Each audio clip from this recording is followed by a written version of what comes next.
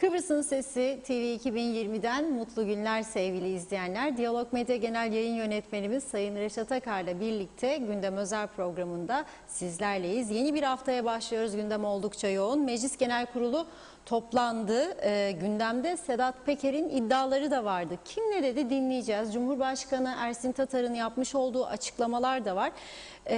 Kutlu Adalı'nın öldürüldüğü dönem başbakan olan Hakkı Atun yayınımıza bağlanacak. İlk defa bir programda konuşacak, önemli açıklamaları var, hemen belirtelim. Öte yandan bir diğer gündem mecliste Kıptek ile ilgili yasa tasarısıydı. Muhalefetin eleştirisi üzerine yasa tasarısı geri çekildi. Ekonomi ve Enerji Bakanı Erhan Arıklı durumun aciliyetini ifade etti. Malum artık birçoğumuz biliyoruz 8 jeneratörden sadece 3 tanesi çalışıyor. Herhangi bir sıkıntıda, arızada sorun olabilir. Bir an önce ihaleye çıkılması gerekiyor diyor. Ama muhalefetin birleştiği ortak nokta ise işte bu ihale kısmında yaşanabilecek şaibeler, problemler, sıkıntılar diyebiliriz. Detayları konuşacağız. Son olarak da Esnaf ve Zanaatkarlar Odası Arasta'da eylemdi. Detaylarını konuşacağız. Sizlerin de yorumlarıyla, sorularıyla Gündem Özel'e başlıyoruz. Sayın Akar merhaba. Merhabalar Funda Hanım. Herkese hayırlı günler, hayırlı haftalar dileyerek başlayalım. Evet, dün pazardı tabii. 23 Mayıs 2021 tarihe damgasını vuracak önemli bir gündü. Çünkü Kıbrıs'ta yıllar önce işlenmiş bir cinayetle ilgili ve diğer başka konularla ilgili önemli açıklamalar gelmişti. Kimden? Yeraltı dünyasının önemli ismi Sedat Peker'den. Sedat Peker yurt dışında, hangi ülkede olduğu da bilinmiyor. Uzun yıllar Türkiye'de 14-15 yıl kadar cezaevinde kalmış, sonra beraat etmiş ve ondan sonra Türkiye'den ayrıldıktan sonra da bomba gibi açıklamalar yapmaya başlamış birisi. Dün 7. videosu yayınlanmıştı ve bu 7. videoda Kıbrıs'a özel bir bölüm vardı. Konuşmasının ilk 60 dakikasından sonraki bölümde özellikle Kutlu Adalı cinayetine değiniyordu ve biliyorsunuz veya bilmiyorsunuz, gençler özellikle hatırlamayabilir, bu ülkede Kutlu Adalı isminde bir önemli insanımız vardı. Üst düzeyde bir devlet görevlisiydi. Merhum Cumhurbaşkanı Rauf Denktaş'ın yanında da çalışmıştı kalem müdürü olarak benim bildiğim. Kayıt dairesi, kimlik dairesi müdürlüğünde yapmıştı. Ama bu arada görevden almalar olmuştu kendisini. Ardından Cumhuriyetçi Türk Partisi'nin yayın organı Yeni Düzen Gazetesi'nde sürekli köşe yazarlığı yapıyordu. Yani her gün yayınlanmış olabilir yazılar ama bu gazetenin yazarları arasındaydı. Ve Kıbrıs'ta 1996 tarihinde Sayın Adalı'nın yazdığı bir yazı yüzünden epey bozulanlar, rahatsızlık duyanlar vardı ve bu rahatsızlık dolayısıyla bir hareket başlatılmıştı ve Kutlu Adalı 6 Temmuz 1996 gecesi Lefkoşa'da Yenişehir bölgesindeki evinin önünde dışarıya davet edilmişti. Balkonda oturduğu bir sırada eşi yoktu. Kendisini tanıdığı bir yüz evinden dışarıya davet etmişti. Gel konuşalım diye. Ve tam da o sırada, dün gibi hatırlıyorum ben de olayı, o bölgenin, evinin bulunduğu bölgenin elektrikleri kesilmiş, sokak karanlığa bürünmüş ve tetik çekilmişti. Yani söylemesi bile tüyler ürpertici bir olay. İnsan muhalif olabilir, bazılarının hoşuna gitmeyen yazılar yazabilir, fikir özgürlüğü varsa buna da tahammül edilir. Yanlış varsa konuşulur, yanlışların düzeltilmesi istenebilir. Ancak bu şekilde bir cana kıyılması elbette kabul edilebilecek bir durum değildir. O dönem korkunç eylemler yapılmıştı. Fotoğraf gelecek şimdi arkadaşlar, inşallah getirecekler. Bu cinayeti protesto eden bir yürüyüş yapılmıştı Lefkoşa'da, susmayacağız diye. Dolayısıyla aradan uzun zaman geçti. 96'dan 2021'deyiz şu anda.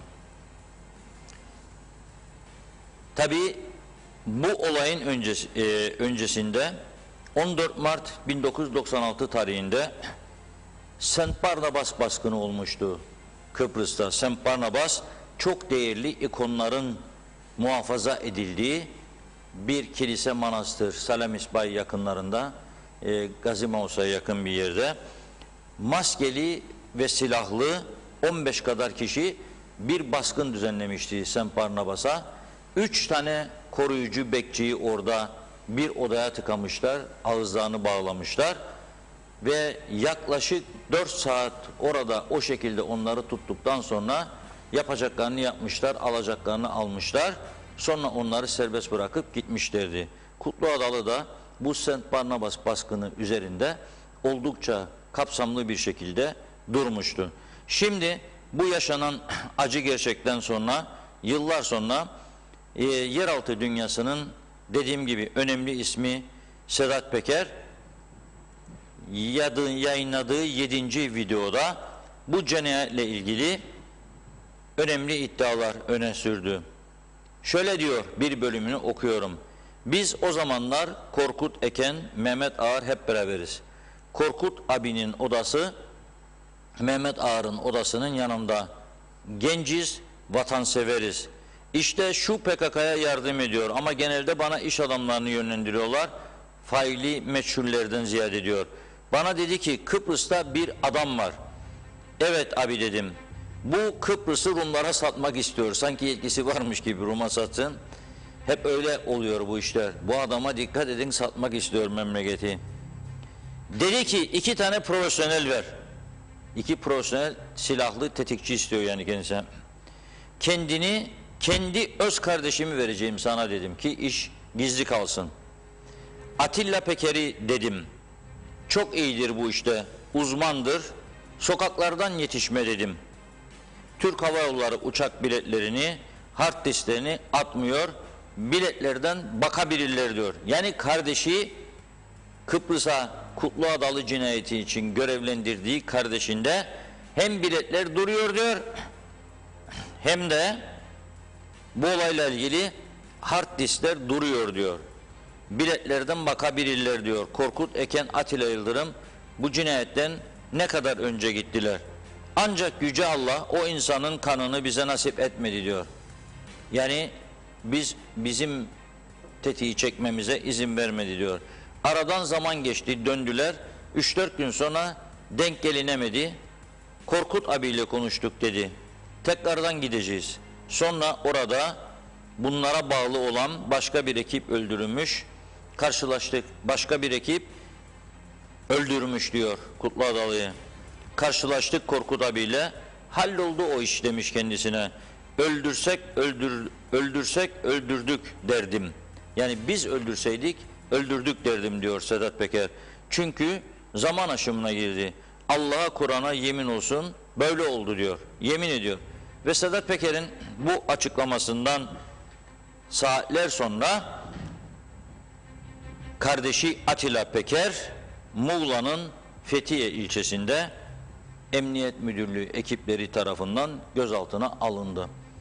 Yani olay o kadar etkili oldu ki bu videoda açıkladıkları, açıklamanın hemen ardından Türkiye Emniyet Gücü gerekli girişimleri yaparak Sedat Peker'in kardeşini Karaköy mahallesinde, Fethiye ilçesi Karaköy mahallesinde kiraladığı villada belirleyerek gözaltına almış. Atilla Peker yani kardeşi 52 yaşında, koruması olduğu belirten Yunus da polis ekiplerince gözaltına alınmış. Peker'in arabasında ve kaldığı villada yapılan araştırmada ruhsatsız tabanca ile 2 adet şarjör ele geçirilmiş. Olayın etkisini anlamak açısından, Türkiye'de yarattığı etki açısından bu son derece önemlidir. Sedat Peker diyor, tekrar özetliyorum, kendisine bir görev veriliyor. Bu adam diyor, dikkat edin, Kıbrıs'ı Rumlara satmak istiyor bir adam. Nasıl satacak?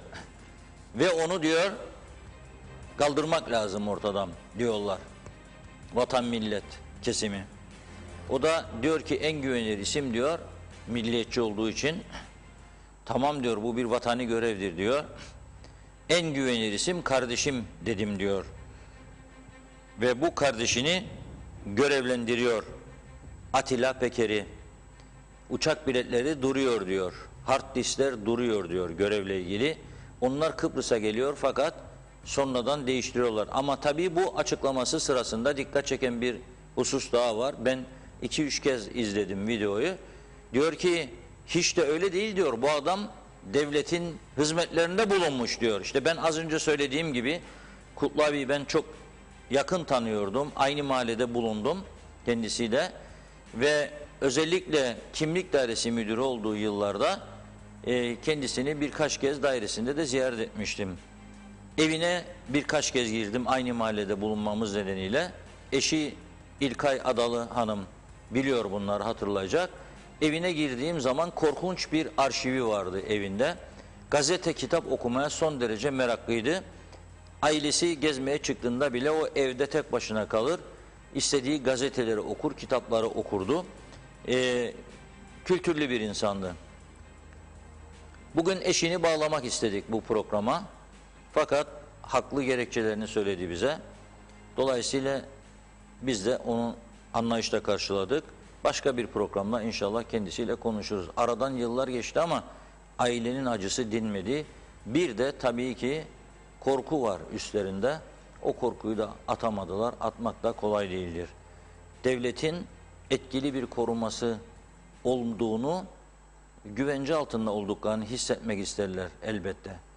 Bizim devletimiz bunu gösterebilecek mi? Buna endişeyle bakıyorlar büyük bir ihtimalle. O yüzden de konuşmak istemedi. Bir başka olay daha oldu tabii Sedat Peker'in bu dünkü açıklamasından sonra. Ankara Bölge Adliye Mahkemesi 1. Ceza Dairesi 1990'lı yıllarda işlenen arasında HDP eş başkanı Pervin Buldan'ın eşi Savaş Buldan'ın olduğu 18 faili meşhur cinayetten yargılanan eski Emniyet Genel Müdürü ve eski İçişleri Bakanlarından Mehmet Ağar'ın aralarında bulunduğu 19 kişi hakkında verilen beraat kararını bozdu. Tekrar ediyorum, Ankara Bölge Adliye Mahkemesi 1. Ceza Dairesi daha önce verilmiş 18 faili meçhul cinayetten yargılanan eski İçişleri Bakanı ve eski Emniyet Genel Müdürü Mehmet Ağar'ın da aralarında bulunduğu 19 kişi hakkında verilen beraat kararını bozuyor. Ve Ağar'ın yeniden yargılanması yolu açılıyor. Ne zaman yargılanacak? Önümüzdeki günlerde bunu öğrenme imkanımız olacak. Fakat oldukça ciddi iddialar var. Bunlardan bir tanesi de işte Sedat Peker'in ortaya koyduğu Kutlu Adalı cinayetiyle ilgili olsa gerek. Bizim ülkemizde, küçücük ülkemizde 1974 sonrasında çok olaylar oldu, çok suçlar işlendi. Fakat çoğu zaman bunların üzerine gidilmediği gibi üzerine giden olduğu zaman da sonucu getirilmedi. Kimler üzerine gidebilirdi bu olayların? Güçlü olanlar. Güçlü olan kimdir? Elbette yazı yazan değildir devleti yöneten veya konuşan adam değildir. Güçlü olan devletin emniyet güçleridir, yargısıdır. Bizim ülkemizde ne yazık ki emniyet güçleri yıllarca bastırıldı. Birçok araştırma, suç dosyası ileri götürülmedi. Amirlerin baskısıyla olduğu yerde bırakıldı. İleri götürülmedi. Yoksa bu ülkede sadece Kutlu Adalı cinayeti değil, bu ülkede çok ağır suçlar işlendi.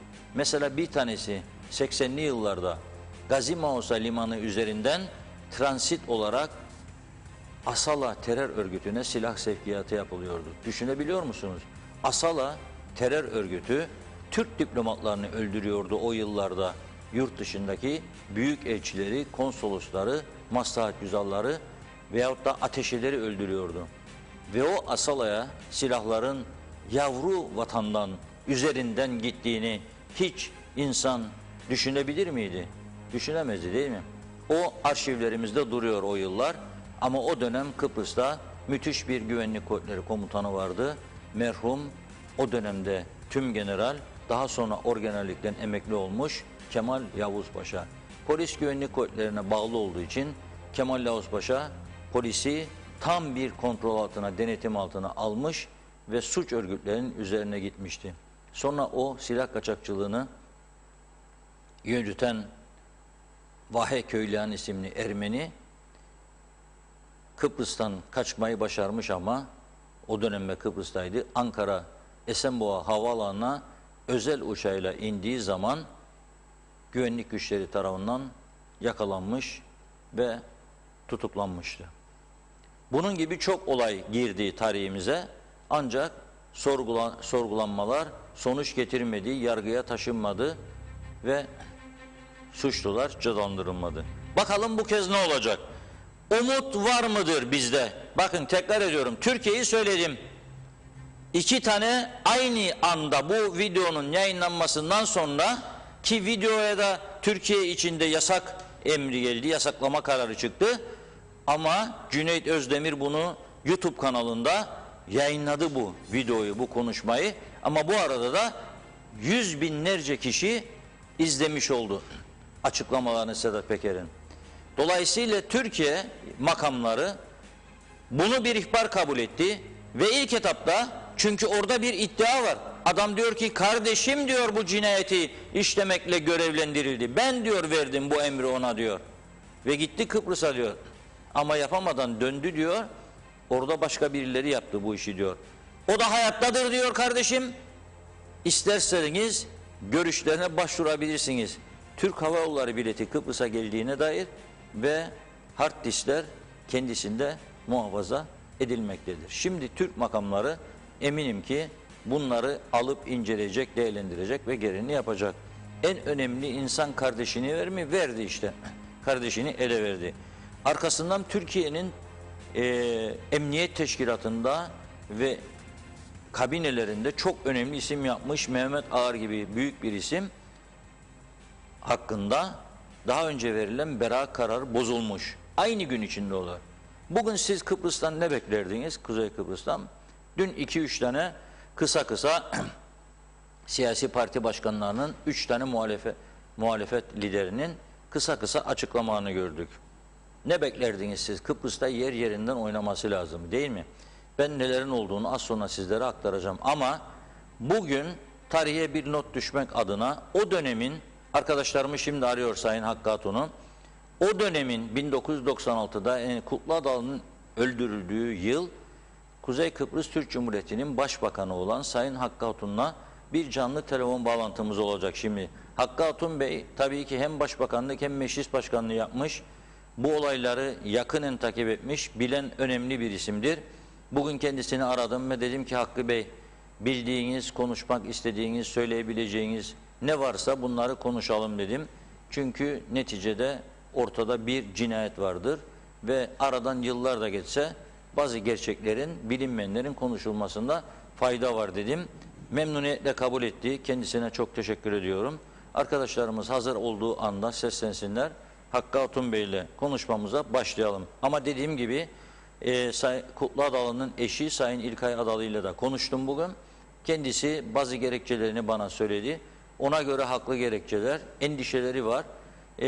Şu anda konuşmak istemediğini belirttiği için ben de kendisini anlayışla karşıladığımızı söyledim. İleriki dönemlerde konuşmaya karar verirse bizimle konuşacak. Onun da görüşlerini sizlere aktarma şansımız olacak. Hazır galiba. Evet, şu anda hattımızda Sayın Hakkı Hatun. Merhabalar. Hakkı Bey merhaba. Merhaba Reşat. Evet, duyuyor musunuz beni? Hakkı Bey, evdeki televizyonun sesini kısarsanız beni duyarsınız. Televizyon falan açık değil. Açık değil. Okey, beni duyuyor musunuz? Duyuyorum. Evet, şimdi bu Kutlu Adalı'nın öldürüldüğü gün 6 Temmuz 1996'da siz Kuzey Kıbrıs Türk Cumhuriyeti'nin başbakanıydınız değil mi? Evet, 3. Hakkı Hatun Özker Özgür hükümetiydi. Evet. Pardon, Özker Özgür değil. CTP ile Özker ayrıldıydı hatırlarsanız ve şeyle kurmuştum. Mehmet Ali Talat'la. Evet. Çok doğru. Üçüncü hükümetti. Evet. Cumhuriyetçi Türk Partisi ile ortaktınız siz. Evet. Evet. Peki şimdi o dönemden hatırladığınız bu cinayet dönemi ne olmuştu? Sizin hükümetinizin tepkisi neydi? Yapabildikleriniz ve yapamadıklarınız neydi? Mesela sonuçlanmasını istiyordunuz mutlaka ama destek bulabildiniz mi? Yapabildiniz mi? Sizden bunu dinlemek istiyoruz. Şimdi o dönemde gerek Litre Palas kapısında gerekse yurt dışına çıkışlarda verilen kararlar Başbakanlığın bilgisine getirilmezdi maalesef. Hatırlarsanız bir de o Selamis'teki Saint Barnabas. Saint Barnabas olayı oldu. Evet. Orada da tamamıyla devre dışı kaldık. Yani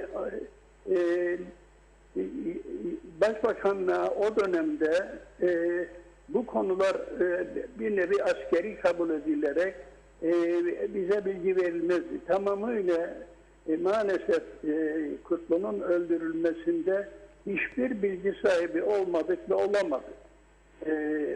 Yani o konuda polis müdürlüğü doğrudan komutanlığa bağlıydı, güvenlik kuvvetlerine bağlıydı.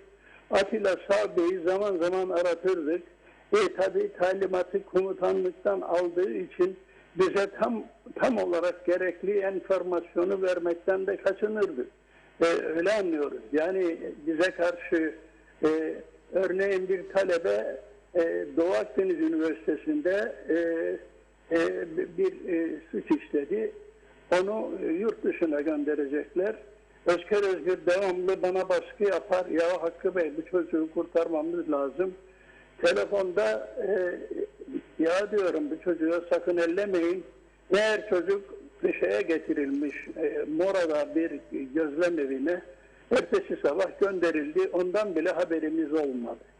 Bazen Litre Palas kapısında bazı olaylar olur. Bize bilgi verilmez. Dışişlerine de bilgi verilmez. Yani dışişlerinin onayına sunulmadan bilgi verilmeden bazı kararlar alındı. Tamamıyla askeri yetkiye dayalı olarak.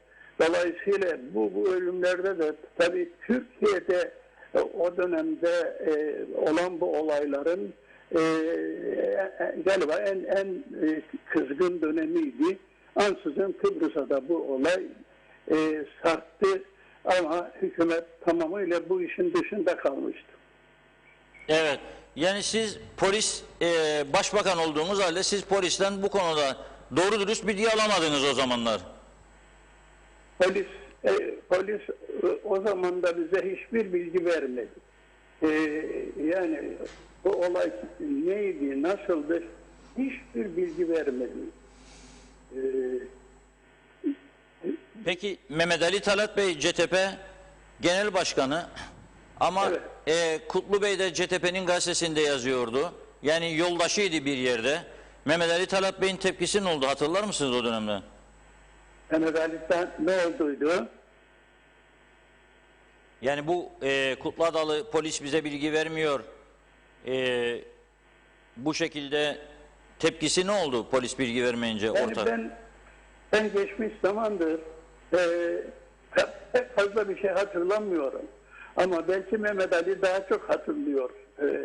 Yani ona da sorsanız, yani hükümet olarak biz bu konuda hiçbir bilgi sahibi olamadık. Onu hatırlıyorum. Yani biz hiçbir zaman devreye giremedik. Dolayısıyla yani o konuda tamamıyla yani meçhul bir olay olarak aklımda kaldı ama bunun talihsizliğini de yaşamış olduk. Yani bizim zamanımızda olması hiç hoş değildi. Yani Kutlu'yu yakından tanıyan, ta Cemaat Meclisi zamanından tanıyan birisi olarak elbette hiç hoş bir şey değildi. Diğer arkadaşımızın böyle bir duruma düşmesi. Peki bu Saint Barnabas baskınıyla bir ilişkisi olduğunu düşündünüz mü hiç bu cinayetin? konuda da bir şey aranıyordu. Neydi aranıyordu? Bir eski İncil miydi? Neydi? Ama o konuda da yine komutanlık, güvenlik kuvvetleri olaya dahil oldu. O konuda da bize herhangi bir bilgi intikal etmedi. Yani o konuya hiç giremedik. Yani devre dışı tutulurdu hükümet başkanı maalesef. Hükümet, yani bir ülkede hükümet var ama bu tür bir ülkede cinayet işleniyor ve o hükümet devre dışı bırakılıyor. Öyle özeti budur değil mi bunun? Maalesef. Maalesef. Yani o zamanki idare şekli o şekildeydi. Yani başbakanlık olarak bazı konularda tamamıyla bilgi dışıydık. Bilgi verilmeden karar veriliyordu. Peki aradan bu kadar yıl geçti, şu anda bu itirafları, Sedat Peker'in itiraflarını dinlediniz herhalde siz de. Bilginiz var herhalde. Bugün gazetelerde de var Sedat Peker'in itirafları. Yani Sedat Peker diyor ki görev verdiler bize diyor. Gidip Kutlu Adalı'yı öldürelim diye diyor. Kardeşimi gönderdim diyor. Bunları duyduğunuzda şimdi bir eski siyasetçi olarak, eski bir başbakan, sizin döneminizde oldu bu. Ne düşünürsünüz? Duygularınızı alabilir miyim? Tam anlayamadım. Kim diyor bunu? Şimdi Sedat Peker yeraltı dünyasının önemli ismi, biliyorsunuz Türkiye'de. Sedat Peker yaptığı paylaşımda diyor ki bu cinayetin işlenmesi için bana talimat verildi, görev verildi diyor. Kardeşimi gönderdim diyor. Ve bu açıklamadan sonra kardeşi de şu anda tutuklu vaziyette, sorgulanıyor. Şimdi siz o dönemde burada bir başbakanlığınız, bizim ülkemize Türkiye'den gelerek birilerinin böyle bir suç işlemesini duyduğunuzda bugün yıllar geçtikten sonra ne düşünürsünüz, ne söylemek istersiniz? Böyle bir şeyi ilk defa duyuyorum. Yani böyle bir şey gerçekten böyle bir şey olmuş mu? Onu şimdi senden duyuyorum. Anladım. Evet, peki Hakkı Bey, çok teşekkür ediyorum katıldığınız programınıza. Çok sağ olun. Bay bay. Evet, buyurun Reşat Bey. Evet, diyor ki Hakkı Bey, çok samimi itiraflarda bulundu. Biz diyor hükümet idik ama devre dışıydık diyor. Kendi polisimden dahi diyor bilgi alamadım diyor.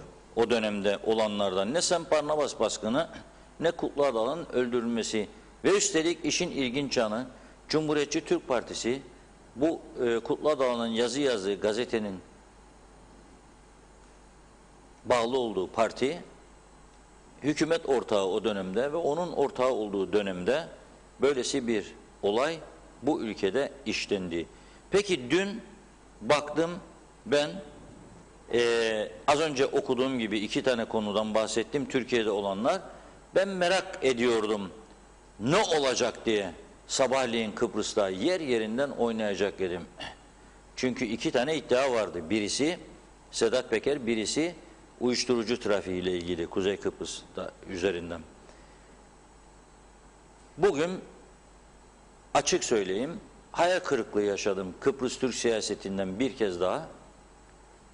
Gerçekten hayal kırıklığı yaşadım. Hele meclisi izlediğim zaman bir memnuniyet verici taraf, yani görebildiğim, sabahleyin ilk iş olarak Halkın Partisi'nin, Kudret Özersay Halkın Partisi Genel Başkanı olarak Polis Genel Müdürlüğü'ne başvurması en kayda değer olay oldu. Gidiyor bu parti ve Polis Genel Müdürlüğü'ne suç duyurusunda bulunuyor, ihbar dilekçesi veriyor ve Kutlu Adalı cinayeti konusunda azmettirenlerle ilgili tanık olduğunu artık söylüyor ve bu ilgili şahsın iddiaların araştırılması için ismi verilen ve tanık olduğu iddialan bir diğer ismin Türkiye'de gözaltına alındığını ifade ediyor polise ve bunun ifadesinin alınması gerekir diyor. Tüm yeni veriler çerçevesinde faili meşhur kalan cinayet dosyasının yeniden açılmasını ve canlandırılmasını istiyor. Ayrıca Türkiye ile Kuzey Kıbrıs Türk Cumhuriyeti arasında var olan adli işbirliği anlaşmasının ilgili maddelerini kullanarak bu şahısların Türkiye'de ifadelerinin alınabileceğini bilgi ve belgelerin talep edilebileceğini ve Türkiye'de kovuşturma açılmasını talep edebileceklerini de polise söyledik diyor.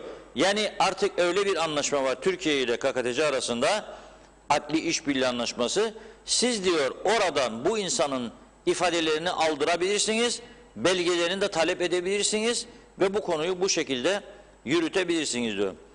Kutlu Adalı cinayeti yanında Polis Genel Müdürlüğü'nün dün yapılan açıklamalarda uluslararası uyuşturucu trafiği konusunda ülkemize dair ortaya konan iddiaların da araştırılmasını talep ettik diyor Kutlu Özesay. İnsan hakları ve demokrasi açısından kara bir leke olarak siyasi tarihimizde yer alan bu faili meçhul cinayetin aydınlanması için Halkın Partisi olarak takipçisi olacağız dedi. Bugün de mecliste baktım, Kudret Özesay'ın yine bu açıklamaya paralel anlamlı bir konuşması vardı. Tabii Cumhuriyetçi Türk Partisi Genel Başkanı Tufan Erhürman ve TDP Genel Başkanı Cemal Özyiğit de konuştu. Kısaca biz bu konuşmanın özetini halkımıza verelim ama önce bir mesajlar çok yüklendiyse hemen mesajlara başlayalım. Değilse evet, konuşmaları verelim. Hemen aktarayım birkaç mesaj, öyle devam edelim. Vedat Allah Kerim hayırlı yayınlar diliyor. Mehmet Uluçaylı'da, Gürkan Giritli'de. Gürkan Giritli Aksa'yla 2023 yılında anlaşma bitiyor demiş. Mesut Baba Yiğit de iyi yayınlar diledi. İsmail Kerçin, Caner Şefik teşekkür ediyoruz. Ali Dayı, Mehmet Kurtulmuş da en büyük TV 2020 diyor. Gürkan Giritli Rum tarafı doğalgazla elektrik üretimi başlıyor. %30 daha ucuz. Biz niye almıyoruz demiş. Hürrem Dede de iyi yayınlar diledi. İzzet Kahraman, Sayın Reşat Bey, Funda Hanım iyi yayınlar. Uyuşturucu ülkenin her yerini sardı dersiniz. Ama bak neler çıktı. Bu işin içinde kimler var kim bilir. 10 bakan zan altında kaldı. Tatar iki devlet oldu mu bunu niçin ister? Bunu açıklasın demiş yanılmıyorsam İzzet Bey. Cengiz Refikoğulları iyi yayınlar diliyor. Orhan Aslan rahmetliyi oturduğu yerden kaldırıp dışarıya çağıran tanıdık yüz kimdir Reşat Bey diye sormuş. Nazime Nalbant, duyduklarım bizleri çok üzdü. Kimsenin yanına hiç kalmaz. Kutlu Adalılar gibi bir daha gelmez. Hepimiz de adalıyız. Böyle kolay hiç gelmez. Yazıktır, ellerinizi çekin. Doğruyu söyleyenler ve yazanları durduramaz. Kimse de cezasını çeksin demiş. Çok üzgünüm. Saygılarımla diyor. Mehmet İnancı, gün gelir devran döner Reşat Bey. O gün geldi. Derin devlet bu tür insanları çalıştırıp ortadan kaldırırlar. Şimdi bu emirleri verenler tekrar yargılanıyor demiş. Nilgün Şah hayırlı akşamlar diliyor. Cengiz Güzelay, iyi yayınlar Reşat abim ve ekibi. Kıbrıs'ı satma yetkisi bizlerdedir. Kıbrıs Cumhuriyeti kimliklerimizle birçok şeyimizde satıldı, irademiz de dahil. Umarım bu toplum hangi yöntemle yönetildiğimizi anlamışlardır demiş. Akçay Muhtarlığı iyi yayınlar diliyor. Teşekkür ediyoruz. Necdet Mavi Gözlü'nün bir ricası var. Tabii ki ricanızı yerine getireceğiz.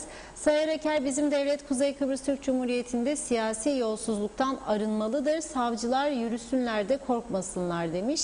Yaşar Oğuz İnanç Yıldız iyi yayınlar diliyor. Salih Mullalı, dürüst başbakan, sevgiler saygılar gönderirim dedi. Kamil Özalay iyi yayınlar, Almanya'dan selamlarını yolluyor. Mesajlar kısa ve öz olmalıdır demiş. Evet, İzzet Kahraman, Sayın Reşat Bey, Hakkı Atun bu konuda doğru söylediğine kim inanacak demiş. Eleştirisini dile getiriyor. Engin Sedat Tözün, o dönemi tarata da sorunuz. Şimdi böyle bir olay olsa şimdiki yönetim bir şey söyleyebilir mi demiş. Ertuğrul Yavuz, olmadı diyor. Hakkı Bey, güvenlik kuvvetleri başbakanlığa bağlıdır. Bilgi verilmesini beklemeden komutanı çağırıp olup biteni sorması gerekirdi demiş. Hasat Nihat Erduran, her iddia ispata muhtaçtır. Kimse kendini savcı ve yargıç yerine koyma hakkına sahip değildir. Göreceğiz. Siyasiler zaten yargıya müdahale edemez. Rahmetli Kutlu Adalı, Denktaş Bey'in yıllarca özel kalemiydi ve sırdaşıydı. Bilgileri çok kesimler için değerliydi diyor. Hakan Ünlücan, eski başbakanımız diyor ki ülke yangın yeri ama bizim bilgimiz yok. Peki biz kime neden oy veriyoruz? Neden sizleri seçiyoruz? Şimdi değişen bir şey var mı demiş. Hepimiz adına çok utanç verici. Özellikle devlet olduğumuzu iddia edenler için diyor. Salih Mullalı, devlet olarak devreye girilemedi çünkü bunun üstündeki karanlık mihraklar ve gizli güçler söz konusuydu demiş.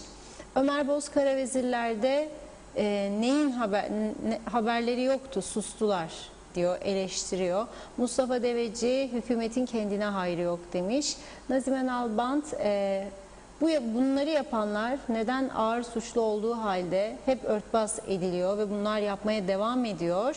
Bu kişiler yaptıkları cinayetleri kapatıyorlar. Bu emirleri verenleri de bir an önce meydana çıkarsınlar. Bir daha bu cinayetler hiç olmasın. Böyle aydın insanları susturamayacaksınız. Derin devlet bu gibi insanları çalıştırıp ortadan kaldırıyor. Bunların bir an önce yargı önüne çıkarılmaları gerekiyor. Kimse bir daha böyle cinayetleri hiç yapmasın. Büyük cezalar erken bir günde verilmesini demiş. Sonunda da üzgünüm diyor. Sayar Aker demokraside geri kalmışlığımızı kabullenmeliyiz yorumunda bulundu. Murat Aslan, gündemi değiştiren Türkiye Cumhuriyeti hükümetinin gündemi orada kalsın, Kuzey Kıbrıs'ın gündemi bu değil demiş o da.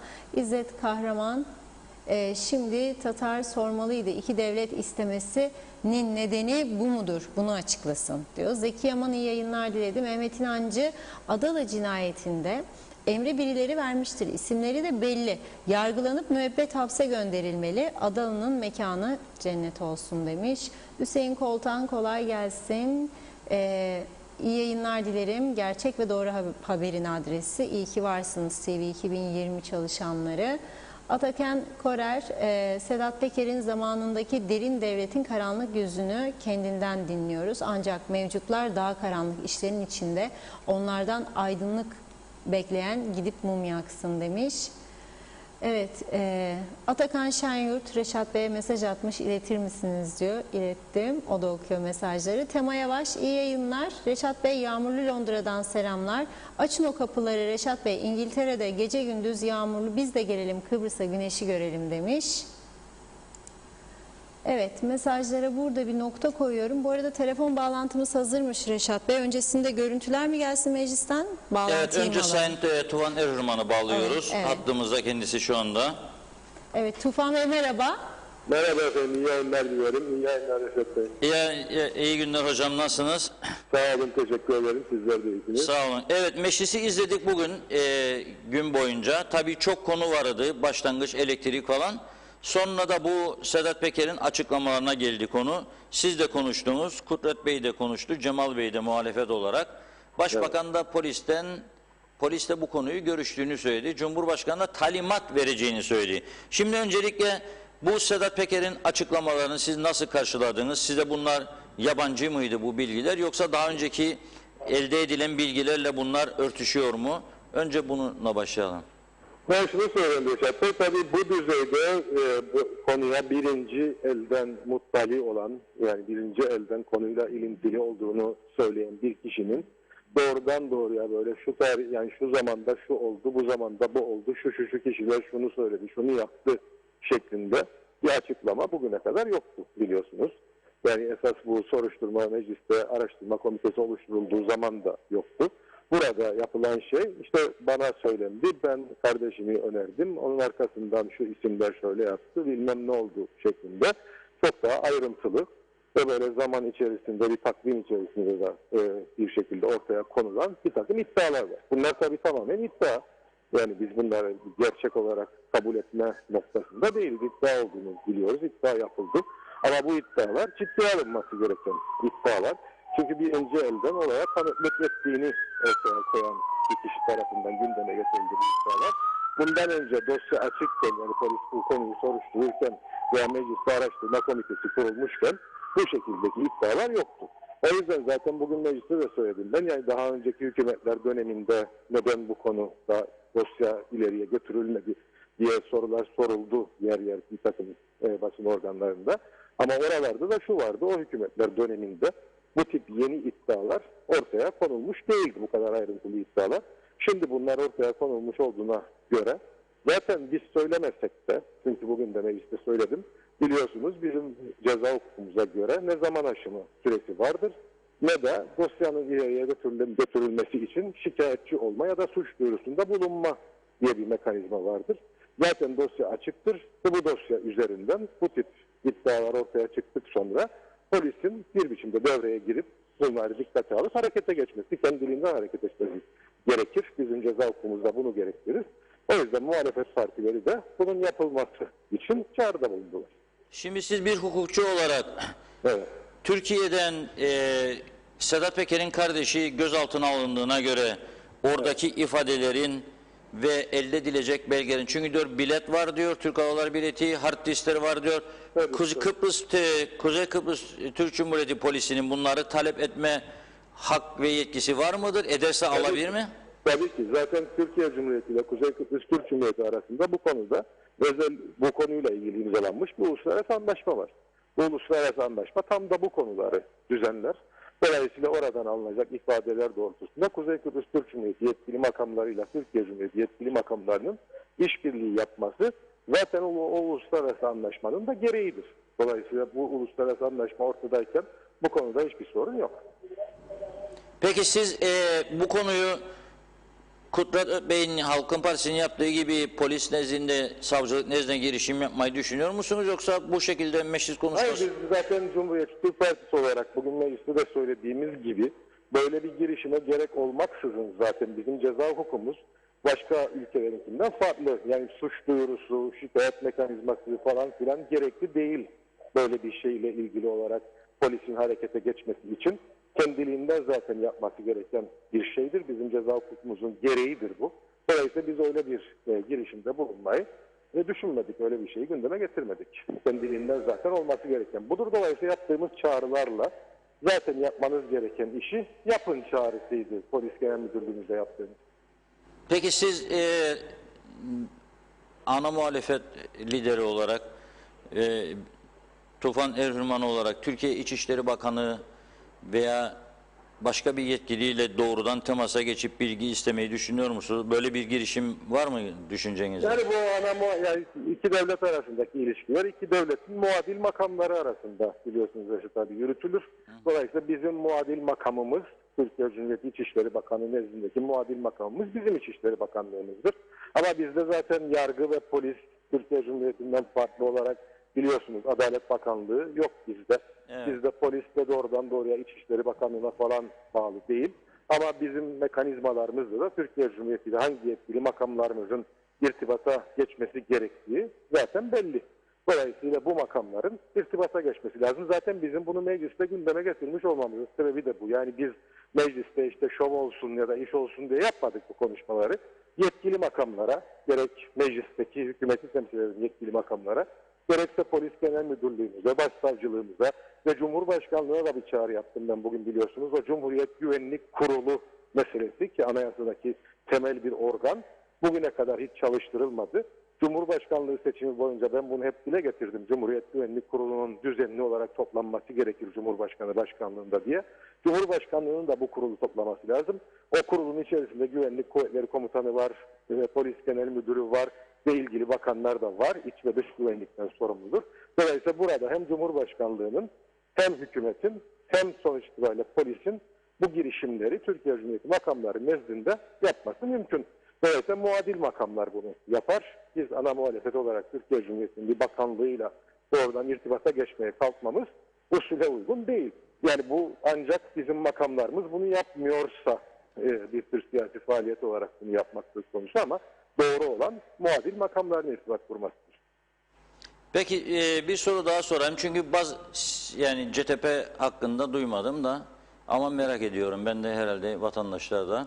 Diğer bazı partiler hakkında ciddi iddialar var. Yani bu parti, ben muhalefetten söz ediyorum, bu olayın yani Kutlu Adalı cinayeti değil, genel ortaya atılan iddialar konusuna gidemez. Çünkü partisindeki falan milletvekili buna engel olur, bırakmaz falan filan gibi iddialar vardır. Siz bu ortaya atılan iddiaların soruşturulup gerçeklerin ortaya çıkması konusunda adım atma düşüncesinde olduğumuza göre parti içerisinde bir engel çıkabilir mi karşınıza? Kutlu Adalı cinayetiyle ilgili mi? Genel olarak bütün iddialar. Hayır, hiçbir şekilde. Yani Kutlu Adalı cinayetiyle ilgili zaten bugün biz biliyorsunuz o dönemde Meclis Araştırma Komitesi de kurulmuştu. Meclis Araştırma Komitesi Kutlu Adalı Cinayetini Araştırma Komitesi'ydi. Bugün biz az önce dilekçeyi imzaladık. O Meclis Araştırma Komitesi tamamlamamıştı raporunu. Şimdi o Meclis Araştırma Komitesi'nin tekrar toplanması Yok, kapalı bir komiteydi. Yani oturumlar gizli oturumdu. O oturumların tutanaklarının da milletvekillerine verilmesi ve o komitenin de tekrar canlandırılması için Cumhuriyet Türk Partisi olarak girişim yaptık. Evet. Peki çok teşekkür ediyoruz Sayın Ben Erdoğan. teşekkür ediyorum. Sağ olun. İyi yayınlar dilerim. Sağ olun. İyi akşamlar. Sağ olun. Evet. Tufan Bey diyor ki bizim doğrudan Türkiye ile temasa geçmemize gerek yok. Biz zaten diyor gerekli çağrımızı yaptık diyor. KKTC devletten devlete makamları bu işi takip etmeli diyor. Bizi de bilgilendirmeli diyor. Ve diyor mecliste Kutlu Adalı soruşturmasının yeniden de gündeme gelmesini istiyor soruşturma komitesi. Bu arada bir haber geldi şu anda bana. Cumhurbaşkanı Ersin Tatar da Polis Genel Müdürü Ahmet Soyalan'ı davet ederek gazeteci Kutlu Adalı olayını görüşmüş. Tatar görüşmeyle ilgili olarak şu kısa açıklamayı yapmış. Ülkemizin güvenliği ve huzuru için büyük bir fedakarlıkla her türlü gayreti gösteren Polis Genel Müdürlüğü'nün bu olayla ilgili olarak gerek görüldüğü halde her türlü yasal girişimlerle gereğini yapacağından kuşkum yoktur. Bu konuda polise olan güvenimiz tamdır diyor. Fotoğrafı da yansıtıyoruz. Polis Genel Müdürü Cumhurbaşkanlığı makamında. Evet.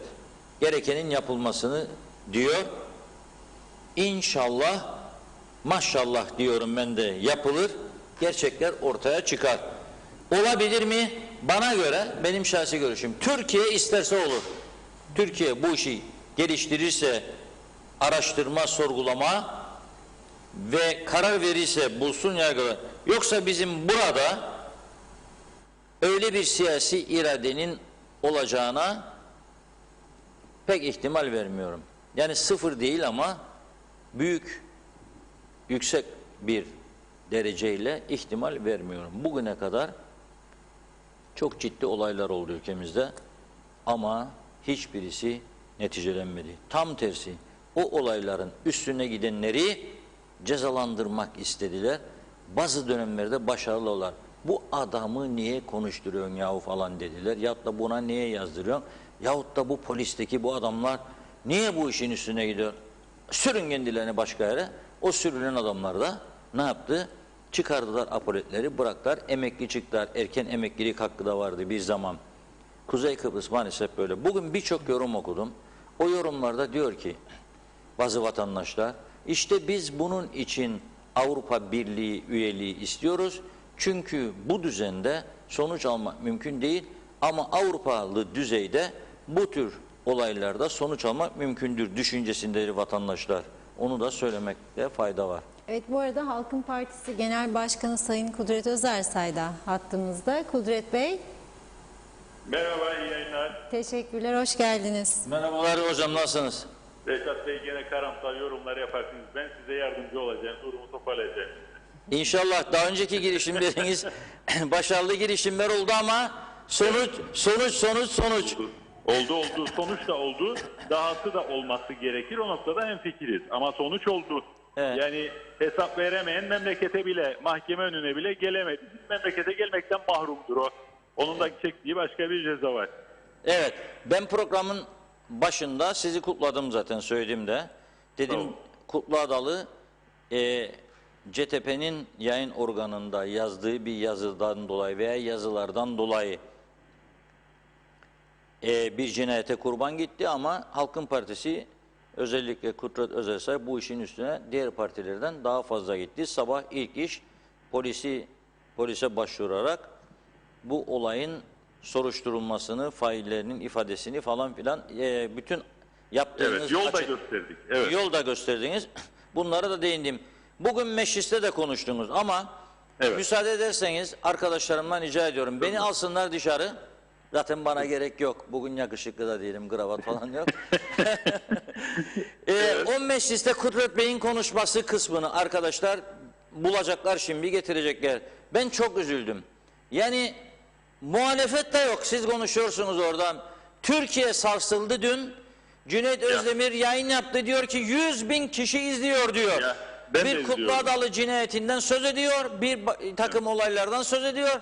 Bizim meclisimiz Ya muhalefet bile hadi iktidar anladım. İktidar bu işlerin üstüne pek gitmeye niyetli değil. Aman da aman dediler onlar şimdi. Oycuklar mocuklar giderse. Ama doğrudan ilgili olan arkadaşlar da yok salonda. Gerçekten müthiş bir üzüntü duydum. Bakınız salon gösteriyoruz şu anda. Sizin yanınızda televizyon var mı bilmiyorum. Siz konuşuyorsunuz. Televizyon yok yanında. Evet, şimdi hem kürsüdesiniz hem ekrandasınız. 2 tane özel sayı var. Ama kürsüdekini ben salonun boşluğu görülsün diye tutmalarını istiyorum arkadaşlarım bir süre. Sizinle başlayalım. Siz bu Reşat Bey, bir kere şunu söyleyeyim. Ben bu konuşmayı kürsüden yaparken benim partimin çeşitli internet sayfalarından canlı olarak veriyoruz. Aynı zamanda BRT'de de canlı olarak veriliyor. Haber siteleri de çeşitli, sizler de dahil olmak üzere görüntüleri kesip yayınlıyorsunuz. Dolayısıyla biz ulaşmak istediklerimize ulaşıyoruz. Yani meclisteki milletvekillerine dönük bir konuşmadan ziyade, ki hükümeti muhatap alıyorum. Hükümete görevlerini hatırlatıyorum. Yapmaları gerekenleri söylüyorum. Hükümeti temsil eden de birileri orada oturuyor. Ama diğer milletvekillerine dönük bir öğretme ya da bir şey sorma ya da hesap sormadan ziyade aslında vatandaşa belli bazı mesajları verip kamuoyu oluşturma çalışmasıdır aynı zamanda yaptığımız. Çünkü bu konularda siz de gördüğünüz ki son dönemde Türkiye'de yaşanan bu olaylar göstermiştir ki bu ve benzeri yöntemlerle, yani gerek normal haber siteleri gerekse sosyal medya üzerinden kamuoyuna ulaşıp kamuoyuna harekete geçirmek ciddi bir baskı olabiliyor yönetimler üzerinde. Mesela bakın dün verilen bir isim üzerine Türkiye Cumhuriyeti'nde bir kişinin, ismi geçen bir kişinin gözaltına alınmış olması önemli bir gelişmedir.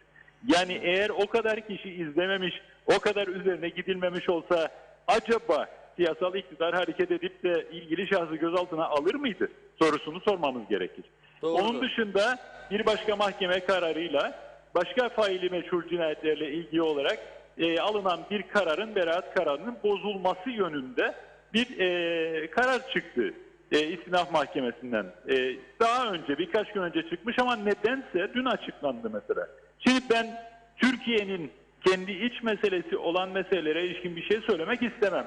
Ama bu kararlar Türkiye Cumhuriyeti'nde alınabiliyorsa, ki bugün kürsüden de söyledim, İnsanlar, ismi geçenler gözaltına alınabiliyorsa, ifadeleri alınabiliyorsa, İzmir'de baronun başvurusuyla bir tahkikat başlatılması talebi söz konusu olabiliyorsa, bizim burada da olması gerekir. Çünkü ismi geçenler vardır.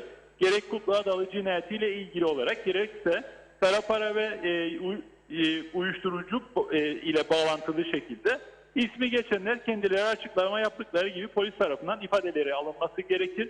Soruşturma başlatılması gerekir. Çünkü Türkiye'de bu süreçler başladığına göre bu iş gerçekten ciddidir.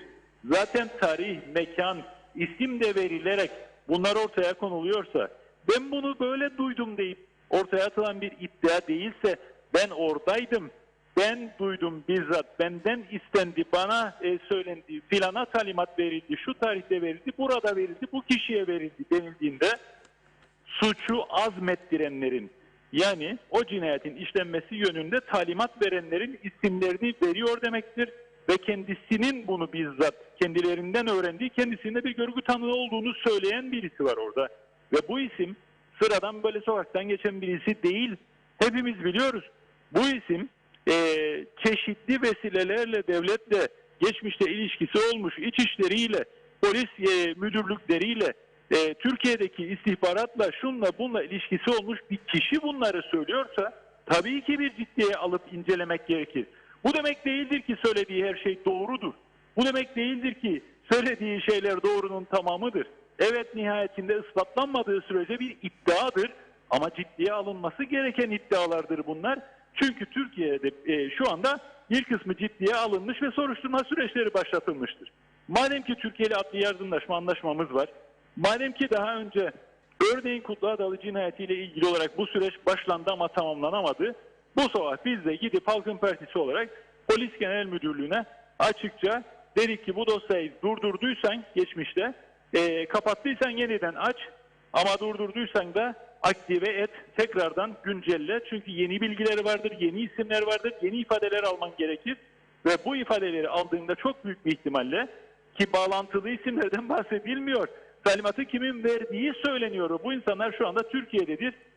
Masum da olabilirler, ben onu bilemem. Doğru mudur söylediği, ben onu bilemem ama söylediklerinin mutlaka incelenmesi, araştırılması gerekir. Bu da ifade alınarak olur. Şu an adli yardımlaşma anlaşması çerçevesinde madem ki Türkiye'de bir kovuşturma başlatılması talebinde bulunabiliyoruz biz yapmış olduğumuz bu anlaşmayla. Bu anlaşmalar bir işe yarasın yani Reşat Bey. Madem ki bu anlaşma aracılığıyla biz Türkiye'de birilerinin ifadesinin alınmasını talep ediyoruz Türkiye'den. O zaman bunu bir an önce yapması gerekir. Bizim polisin isimler belli. Türkiye'de bile gözaltına alınanlar var. Bu isimlerin dahiliyetine ilişkin olarak bir inkar eden var, etmeyen var. O zaman bir an önce başlamak gerekir. Yıllar önce işlenen bu cinayetin siyasi bir faili meçhul cinayet olduğu yıllarca söylenmiş olmasına rağmen, bu isimler hep belirtilmiş olmasına rağmen ilk kez bir görgü tanığı olduğunu, işin içerisinde olduğunu söyleyen birisi tarafından itiraf vardır. Çok büyük bir farktır bu. Yoksa bu isimleri tabii ki hepimiz yıllarca konuştuk. Tabii ki iddialar ortaya atıldı. Ama bu sıradan bir iddia olmaktan artık çıkıyor. Gerçekten araştırılmayı hak eden iddialar ve laflar durumuna geliyor.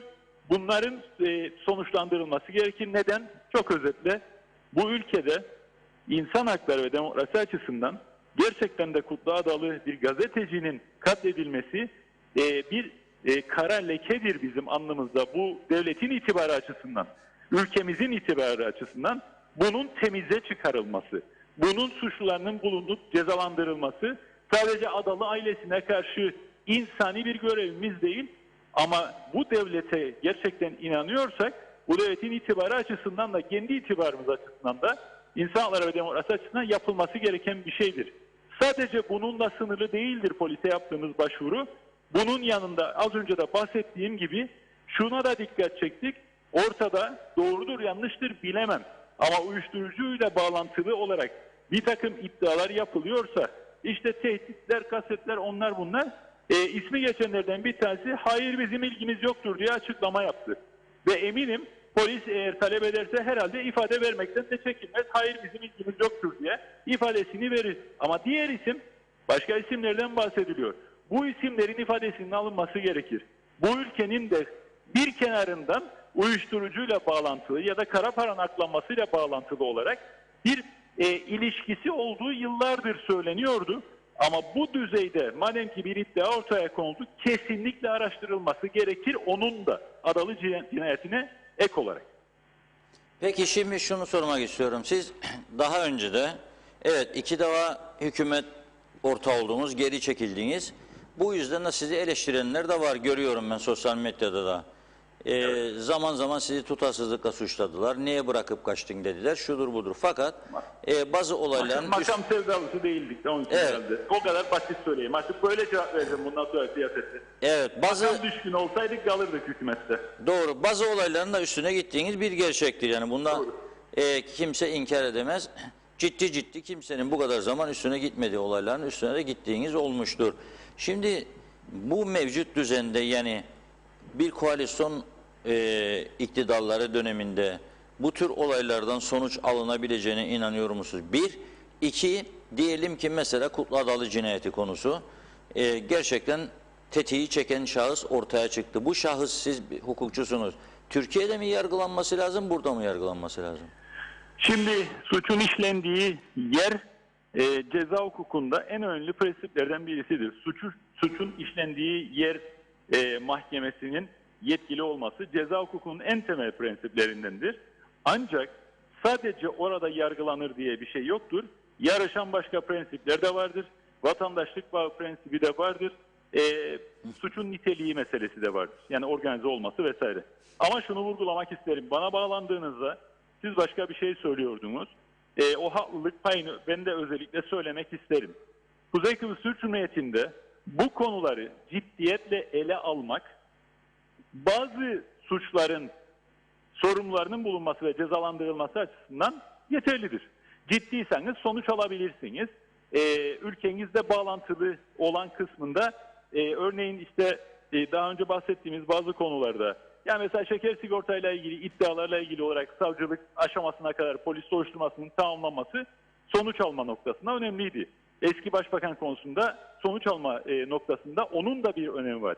Ama eğer işlenen suç çok büyük bir ihtimalle yurt dışıyla da bağlantılıysa ve organize bir suç bağlantısı varsa, örneğin Türkiye Cumhuriyeti'ndeki bir takım örgütlerle ya da siyasi bazı kişilerle bağı varsa, evet haklısınız söylediğinizde, sonuç alabilmek için Türkiye'nin de bu konuda bir duruş sergilemesi gerekiyor. Türkiye'nin de istemesi gerekiyor sonuç alınmasını Reşat Bey, en başta söylediğiniz gibi. Ama şunu da göz ardı etmeyelim. Türkiye ile Kuzey Kıbrıs Türk Cumhuriyeti arasındaki ilişki bağlamında çok hassas bir şeydir söz konusu olan. Neden? Çünkü bu suçu işlediği anlamında söylemiyorum. Kimseye böyle bir ithamda bulunamam. Ama ismi geçenler daha önce devlette, Türkiye'de bakanlık yapmış olan, polis müdürlüğü yapmış olan, İçişleri Bakanlığı vesaire yapmış olan isimlerse, o zaman iki ülke arasındaki ilişkinin niteliği bakımından da bu konuyu ciddiye almak ve temize çıkarmak gerekir. Yoksa böyle bir şeyin olmadığını temize çıkarmak bu iki ülke arasındaki ilişki için olmazsa olmazdır. Ama varsa bunun kanıtlanmasını sağlamak ve bundan sonra bu ilişkileri bu zeminden çıkarmak hepimizin boynumuzun borcudur diye düşünüyorum. Peki inşallah bu kez daha ciddi bir sonuçlar ortaya çıkar diyelim. Ama bir başka programda uzun uzun bu yolsuzluk, evet. suistimal iddialarını sizinle tartışmayı arzu ederim. Evet, çünkü polisimiz bu konuda ne kadar yetkilidir, ne kadar ileri gidecek. Cumhurbaşkanımız çağırdı, bugün konuştu ama hangi konularda ne istediği belli değildir. Ben de şunu söyleyeyim, bugün sabah itibariyle Halkın Partisi Polis Genel Müdürlüğü'ne böyle bir başvuru yapmamış olsaydı Sayın Cumhurbaşkanı adım atar mıydı acaba, bilmiyorum yani ama. Bakalım ne diyecek, duymuştur sizi şimdi. Bir cevap vermesini beklerim ben de. Atar mıydı? Tamam. Atardım diyecek. Atardım diyecek tabii, yani normalde. Çok teşekkür ediyoruz bağlandığınız için. Teşekkür ederim size, iyi yayınlar. Sağ olun. Çok sağ olun imkan verdiğiniz için. Çok Evet. Kudret Bey umutludur. Umudunu kesme yurdundan diye bir slogan var. Genellikle devrimin sesidir bu. Umudunu kesme yurdundan. Ama ben bakıyorum devrimcilerin büyük bir kısmı umutsuzdur yurdundan. Çünkü umutlu olsalardı çok daha sert bir şekilde bu olayların üzerine giderlerdi. Gitmeleri gerektiği inancındayım. Siyasetle bazı ilişkilerin birbirine karıştığı bir süreçten geçiyoruz. Birilerini suçlama için söylüyorum ama böyle bir süreçten geçiyoruz. Çok ciddi bir durumdur. Küçücük, fıçıcık, içi dolu turşucuk. Küçücük bir ülkede herkesin kiminle ne görüştüğünü, ne yaptığını herkes bilir. Onun için gizlenmez de yani. Sonra sosyal medya denen bir olay var.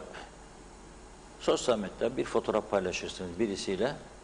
Adam alır onu bir yere kaydeder.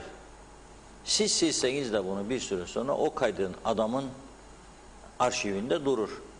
Mesela ben bir gün sırf birilerini harekete geçireyim diye 17 tane göleti var KKTC'nin.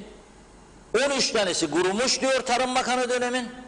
Su tutmaz. 4 tanesi de ya tutar ya tutmaz su. Anamur suyu da kesilmiş. Bir yıla yakın bir süre kimse kılını oynatmıyor. Ve arkadaş su kesildi. Barajdaki su yetmeyecek. Kalacak susuz. Ne yapacak diye bağır bağır buradan. Ben nefesim tükettim. Fakat baktım ki olmuyor. Dedim bir şey yapmak lazım. Başka bir şey. Taktım takkeyi, yağmur duası yaptım. Bazıları bunu başka türlü yorumlamaya başladı. Ve bakarım o yorumlamaya belediye çalışanı var içinde, memur var içinde. Önce IQ'yu çalıştır beyni ve kardeşim sen de kalacaksın susuz diye. Ben seni de kurtarmak için konuştum bunu. Sadece ben kalacak değildim ya.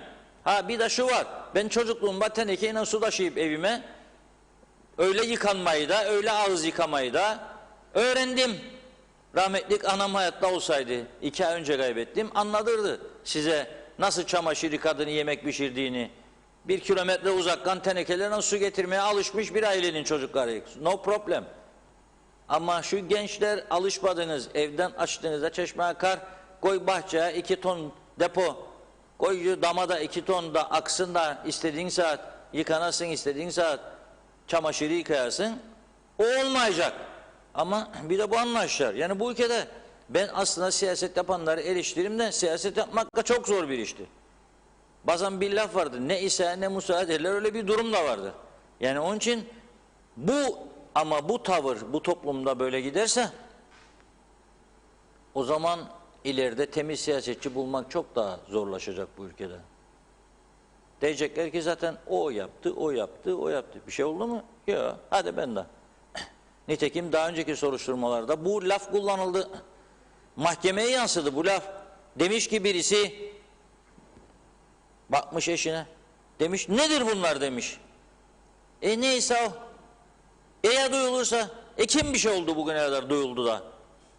Netice bu. Bir şey olmadı. Evet olmayacak diye düşünerek sonra da üzülürüm. Biz de haber yaptık. Yani mahkeme muhabirimiz yaptı. Ya o zenci 4 tane ekmek aç olmasa gider almaydı. Kolayı da seviyormuş dedi, bir de kola çekeyim üstten. 4 ekmek bir kolaya 2 ay hapislik verdiler kendisine. Bir ilk defa suç işleyen bir adamı affetmek gibi bir şey var, bir de vicdan var.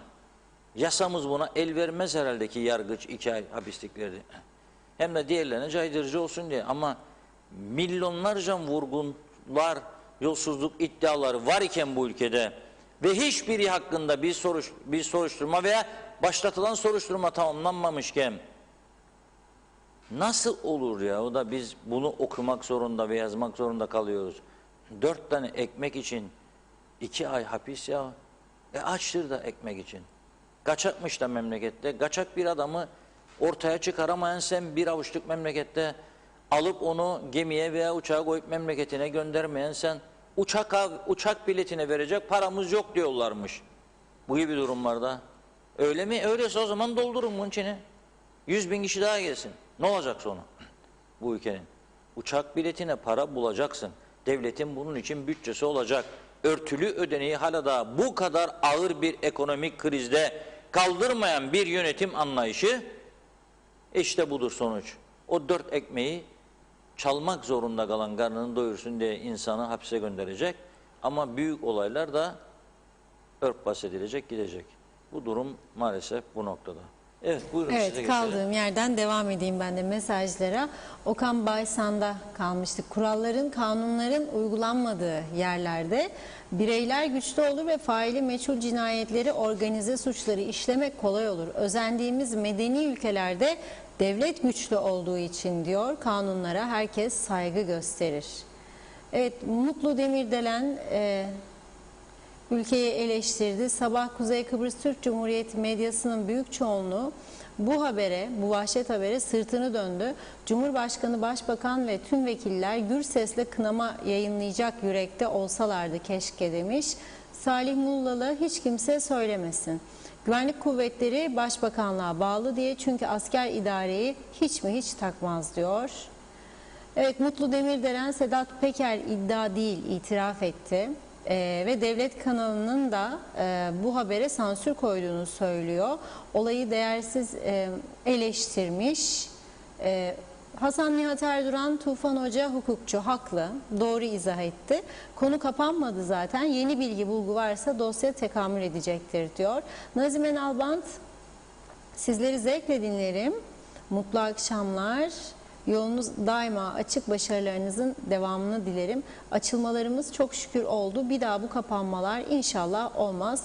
15 ay bu halkımız çok şeyler yaşadı. Dediler ki artık maskeyi de kullanmayacağız. Bu doğru mu? Bence yine önlemlerimize dikkat edelim diyor. Kimseye zarar olmasın. Saygılarımla iyi yayınlar diledi. Cengiz Soyal, inşallah cinayet aydınlanır. Tufan Başkan'a güveniyoruz demiş. Atakan Korer, muadil bakan var deyip topu UBP'ye at gitsin diyor.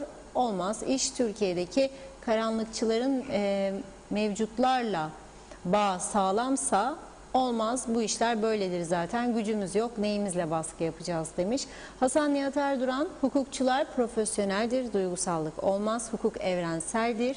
Hüküm için tereddüte yer yoktur. İspat şartı vardır diyor. Ulus Barani, Kutlu Adalı cinayetiyle ilgili ilk konuşacak olan adam Tatar Bey, yine en son konuşan adam oldu demiş. Atakan Korer, yaparsa Tatar yapar. Onun da Erdoğan'la yakınlığından ilerlerse iş ilerler, yoksa Oradaki yoksa bir sonuç çıkmaz diyor. Canan Hasan Kudret Özersel'e destek belirtmiş. Bravo diyor. Salih Mullalı da bu konu bizi aşar. Biz kendi içimizdeki esas karanlık ve sahteciliklere bakalım demiş. Zeka Öçer iyi yayınlar diliyor. Mutlu Demirdelen Sayın Mehmet Ali Talat çıkıp korkmadan o süreçte yaşadıklarını anlatmalı. Mehmet Kurtulmuş yazıklar olsun, böyle meclise nerede geziyorlar? Milletvekilleri veya hükümet kanadı ve ortakları hiç mi tenezzül etmezler veya saygı gösterip dinlesinler kürsüye gelen parti başkanını demiş.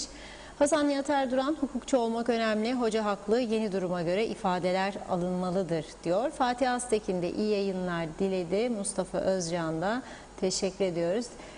Dinçer Gülsev şu anda Mausa Lefkoşa istikametinde Yonca Çemberi'ne 200 metre mesafede ana yolun içerisinde yol kenarındaki metal bariyerlere sokulmuş vaziyette çobansız bir koyun sürüsü var demiş. Orayı mandıra zannetmiş olmalılar herhalde. Büyük tehlike arz ediyorlar diyor. Mehmet İnancı, Reşat Bey görkemli açılışı yapılan sulama suyunu köylüye, çiftçiye kaça satacaklarını çok merak ederim. Herhalde içme suyu gibi hükümet edenler bu sudan da kar elde etmeyi düşünecekler mi diye sormuş.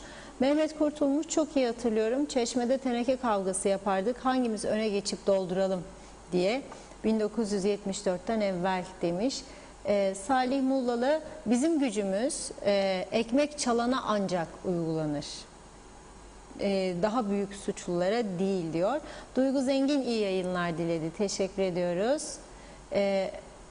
Hasan Nihat Erduran, inancı olmayan emtia en pahalı olandır diyor. Musa Su İçmez iyi yayınlar. Reşat Bey'e de selamlar. Türkiye'den izliyorum. Doğru Haber'in adresini sizinle takip ediyorum. Saygılar diyor. Evet, Eser Yurteri de son olarak iyi yayınlar diledi. Mesajlara burada bir nokta koyayım. Reşat Bey buyurun. Evet, şimdi bir video var. Arkadaşlara gönderdim bu videoyu. Ekrana getirsinler. Bugünkü konumuz gündemimize değildi tabii bu, ama sağlık her zaman bahsettiğimiz bir konudur. Esnafın eylemine geçeceğim en son konu olarak. Ama o eyleme geçmezden önce ki benim de önem verdiğim bir eylemdir esnafın bugün yaptığı, hastane ile ilgili bir görüntü var. Hatta sesli verebilirsek Halit, bunun sesli, adamın sesi de var, bunu gönderen izleyicimizin. Saat kaç oldu? Hayır, daha kuyruğa bak sen. Bak böyle, öyle böyle değil, lanet olsun ya. Bak kuyruğa bak.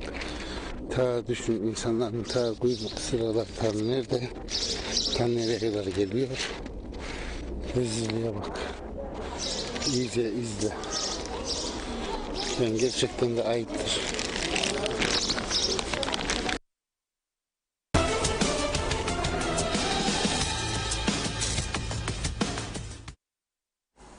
Evet, gönderen izleyicimiz diyor ki Girne Akçiçek Hastanesi burası diyor.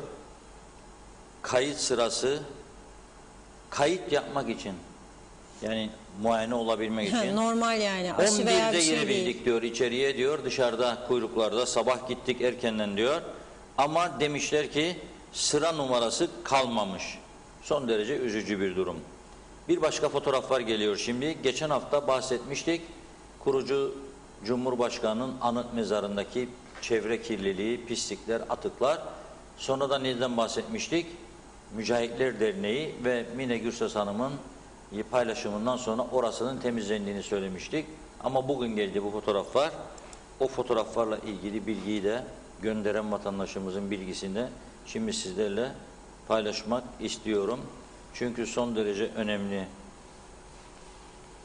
Şöyle diyor. Bugün diyor PCR testi için Mücahitler sitesine gittim. Bir zamanların Mücahitler sitesinden eser yok diyor Sevnur Hanım. Veya Sevnur Bey, özür dilerim. Dışarı çıkıp baktığımda bir binanın yıkılmak üzere olduğunu gördüm. Tam Mücahitler sitesinin karşılığı burası. Eskiden buraları saray gibi evlerdi, konak derlerdi buralara. Ama tarihe önem veren yok, insanlığa önem veren, insanlığa önem vermeyen bir insanların yaşadığı bir ülkedeyiz şu anda. insanlara önem vermeyen, insanların yaşadığı bir ülke değil. Yıkılıyormuş konaklar, saraylar. Kim fark edecek? Bugün Diyalog Gazetesi'nin manşetine geçen gün bahsetmiştim Girne'nin tarihi eserlerini. Tabii şimdi orada bugün ön sayfada verdiğimiz haberde tarihi binaların yanı sıra 2 milyon dolardan başlıyordu bu binalar. 10 sene önce, daha bu yıkılmayı yüz tutmazdan önce orada bir de tarihi kilise vardır. Zoom yapsın arkadaşlar. Kristopolitisa Kilisesi. Bakımsızlıktan yıkılmaya yüz tutmuş. Şimdi Rumlar kapılar açık olduğunda gelip buraları geziyorlar ve fotoğraflarını çekiyor bunların, ya videoya alıyor. Sonra bizi şikayet ediyorlar. Diyorlar ki aldılar, işgal ettiler, istila ettiler, bu hale getirdiler tarihi eserlerimizi diyorlar. Ondan sonra da o insanlar Türkiye aleyhinde tazminat davalarını artırdıkça artırıyorlar. Buralara bakamayacak duruma geldiysek biz nereden bahsediyoruz şimdi?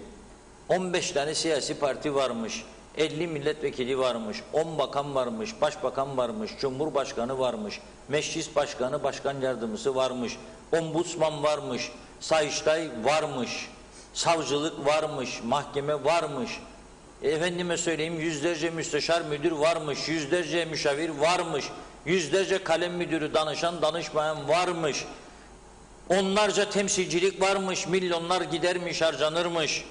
Şimdi Allah aşkına hiçbiri olmasındı bunların, keşke bir yönetici, bazen derler ya bir vali olsun.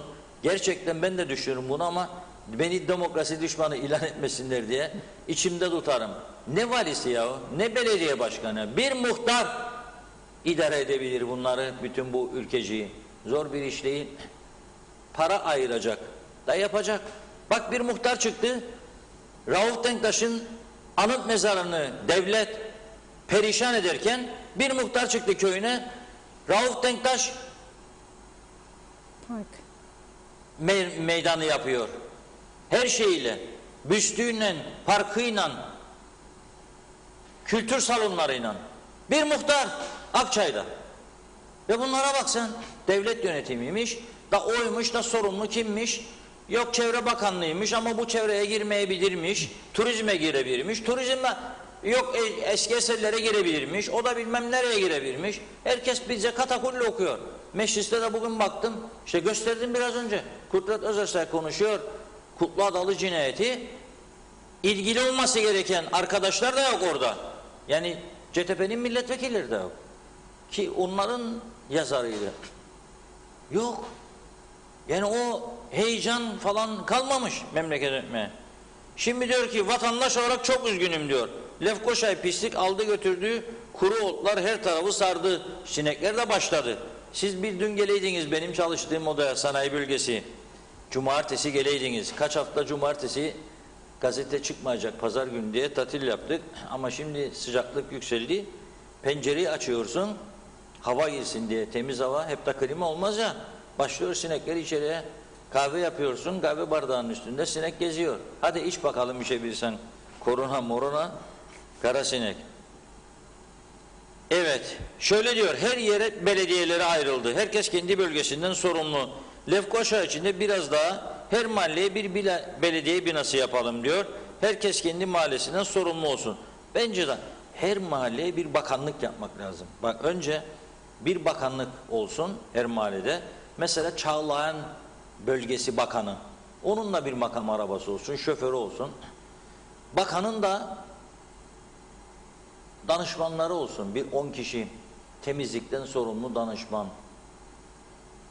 Yolların bakım onarımından sorumlu danışman. Sağlık ilişkilerinden sorumlu danışman. Komşularla kahve partisi düzenlemekten sorumlu danışman. Yani milli günlerde bayrakları çeken, göndere çeken danışman. Birçok sıfat bulunabilir. Toplumun bütün fertleri, bakan, müdür, müsteşar bakmayan olursa, yani hepsine bir makam verirsek bu sorun kökten çözülür. Alt tarafı 300-350 bin kişi. Yani şu anda Türkiye zaten veriyor 2,5 milyar TL. Görünen miktardır bu. Bir de diğer açılardan buraya kaydırdığı paralar var. Bir de görünmeyen var harcamaları. 3-4 milyar geliyor buradan. Bunu 10 milyara çıkarsın Türkiye, hiçbir şeye gerek yok. Herkes bir makam sahibi olabilir. O şekilde mahallesinden sorumlu bir bakanlık kabul ederim ben. Herkes belki o zaman bakarlar ama şöyle bir şey var. Makam arabası olursa altında arabaya binip sahile gidecek, gene bakmayacak mahallesine. Bir de o durum var. Bilemem. Mustafa Bazıbağlı Bey mesajlarını görmezlikten gelemem. Yıllardır bu ülkede yaşanan yüzlerce vurgun, bazı kamu bankalarında yaşanan yolsuzluklara rağmen kimler yakalandı ya da hesap soruldu. Bu ülkenin birçok kesimleri bana dokunmayan yılan 1000 yaşasın modunda yaşantısını idame ettiriyor. Öyle görülüyor ki bu durum daha çok senelere devam edecek. Bu da bazı siyasilerin işine geliyor diyor. Gerçekten doğru. Evet. Bak bir arkadaşımız yazıyor. Mangal bakanı da olsun diyor. Gerçekten hoşuma gitti. Vallahi neredesin Tamer, sen ya, göremedim seni, aylar var. Mangal makamı olabiliyor. Mangal bakanı. Mangal bakanı en güzel bakanlıktır. Yansın mangallar, çevrilsin şeftalicikler, şişçikler. Bazıları ciğerciyi de çok sever. Bazıları muddes sever. Bir şeyler dönüyor yani o mangalın üstünde. Şeftalicik var. Olmazsa olmazı. O yüzden diyecek bir şey yok. Yemek içmek kadar güzel bir şey var mı ya? Ne lüzum var uğraşalım biz de şimdi, bak neler gündeme getirdik. Gene bir ale insan ne der ne kor bakalım arkamızdan. Kolay değil. Şimdi Lefkoşa'da sınır kapılarının, daha doğrusu ada genelinde açılması için bir umut doğmuştu. Geçtiğimiz Cuma günü 2 toplumlu teknik komite telekonferans yöntemiyle görüşme yaptı. Biz buradan sonuç bekliyorduk. Çünkü Rum tarafı da bir hafta içinde kapılar açılacak demişti. Fakat daha sonra Rumlardan öğrendiğimize göre, çünkü bizim taraftan hiçbir kelime açıklama olmadı. Öğrendiğimize göre Türk tarafı öyle şartlar söylemiş ki, öne sürmüş ki olmasın daha iyi demiş Rumlar. Yani öyle, bunu kabul edersek diyor, sabah açıp akşam kapatma gibi bir durum olabilir diyor. Akşam açıp sabah kapatma gibi bir durum olabilir. Bir takım sıkıntılar ortaya yarattılar diyor, ortaya koydular. Biz diyor bu nedenle uzlaşamadık. Ama bizim esnafımız, gelsin görüntülere bakalım. Arasta bölgesinin görüntüleri var mı? Esnaf görüntüsü, bugünkü eylem. Oranın esnafı nihayet bir yağmur duası gibi bir dua da bunlar için okuyacağım. Onları da çok buradan çağrı yaptım. Dedim ki hadi arkadaşlar yürüyün. Bu Hürrem Tulga var bak, kahraman arkadaşım benim. 2003'te sınır kapıları açıldıktan sonra lokmacı açılmamış idi. Ben de 2004'te bu Hürrem'in matbaada Diyalog gazetesi 3 dilde basıyorum. Tam da Büyükhamam'ın karşısında. Beraber yürüyoruz lokmacıya doğru. Ne zaman açılacak, ne zaman açılacak. Orada devamlı eylem. Ben de destek veriyorum kendisine, eyleme. Sonra çok çağrı yaptım. Hürrem dedim, bu kapıların açılması için biz de destek verdik ya, o kadar. Ne oldu bu kapılar kapalı, hiç kımıldamazsınız. Biraz hareket yapın mı arkadaşlar? Biraz canlanın ya. Çünkü öldü Aras'ta esnafı, yok oldu. Aras'ta ileri git belediye pazarı, o çevredeki esnaf, Yenikent esnafı, metahandan geçenler, herkes perişan halde. İş yok, güç yok, para yok, pul yok. Kimse görmüyor. O taraflara giden yok ne halisa. Sokaklar birazcık dardır ya. Şoför herhalde bakanlara der ki, Sayın Bakanım o yola girersek çıkmaz sokaklar var, daracık maracık. Zor olabilir sizin için. İçinizi açacak bir şey de yok oralarda. Onun için oraya gitmeyelim. Halbuki bu ülkenin bakanları araba da istemez. Alırlar bisikletçiklerini, yoksa da kiralarlar, belediyenin var, kiralar onlara. Sürerler bakanlık odasından, giderler lokmacıya, oradaki esnafından konuşurlar, bir çözüm isterler. Şimdi bu bizim esnafımız bayraklarla orada eylem yaptı. Ama esas eylemin yapılması gereken yer, bizde karar alamayan arkadaşların makam yerleri olmalı. Çünkü karar alamalı. Bizim zorlamamız lazım. Kapıların açılması demek, akaryakıt satışlarının patlaması demek. Sadece esnaftan alacağı 5 euroluk, 3 euroluk tişört değildir bu insanların. Biz milyonlarca litre akaryakıt sattık Rumlara kapılar kapanmazdan önce. ve akaryakıtta çok yüksek oranda vergi vardı. Devletin kasasına gider bu vergi. Fanatik Rumlar kilise devamlı çağrı yaptı. Gitmeyiniz, paralarınızı vermeyiniz Durkoslara dedi. Gene Rumlarda da fakirler var. Veyahut da orta direk var. O orta direk gene ne düşündü? Bir depo benzin alacağım. 5-6 euro, 10 euro kurtaracağım. Her hafta 10 euro kurtardığımda 4 hafta 40 euro. Gelip dolduruyordu depoyu, gidiyordu. Şimdi bu kapılar kapandıktan sonra bu para akışı da durdu. Esnaf zorlandı. Dolayısıyla bugün yapmış oldukları eylemi buradan ben de desteklediğimi belirtmek istiyorum. İnşallah, maşallah bizim yetkililer bu halkın sesini duyacaklar ve ondan sonra Rumlarla daha sıkı temasa geçip kapıların açılmasını sağlayacaklar. Sınır kapıları açılmalıdır. Buna ihtiyacımız vardır. Egemen devlet falan o ayrı konudur. Egemen devlet bilmem onları bozmayalım, tutalım bir yerde. Ama halkın hayat bulması için egemen devlete halk lazım. Halk. Aç susuz halk olmaz. Siz halka yemek vermediniz. Siz halka para vermediniz. Siz halkı aç bıraktınız. 14 aydır süründürüyorsunuz. Egemen devlet halk lazım da devlet ayakta dursun. Bu halk sürünüyor. Görüyor musun halkın derdini, dinliyor musun sen? Ne durumdadır? Soruyor musun cebinde kaç para vardır o garibanın? Bizim o aylıklar tamam, pandemiye rağmen 13'lerde tamam 22 gün önceden. Tarih yazacak ya bunları. Yani tarih bunları yazacak. Çocuklarınız da okuyacak veya torunlarınız gelecekte. Bilmem sizin için ne tür dua okuyacaklar. Böyledir durum. Evet, bugün bu kadarla noktalayalım. 2-3 mesaj var, onları da aktarayım o zaman. Tamamlamış olalım bugün programı. Burak Van Gogh, Kuzey Kıbrıs Türk Cumhuriyeti yurttaşı olarak şu an Türkiye'deyim.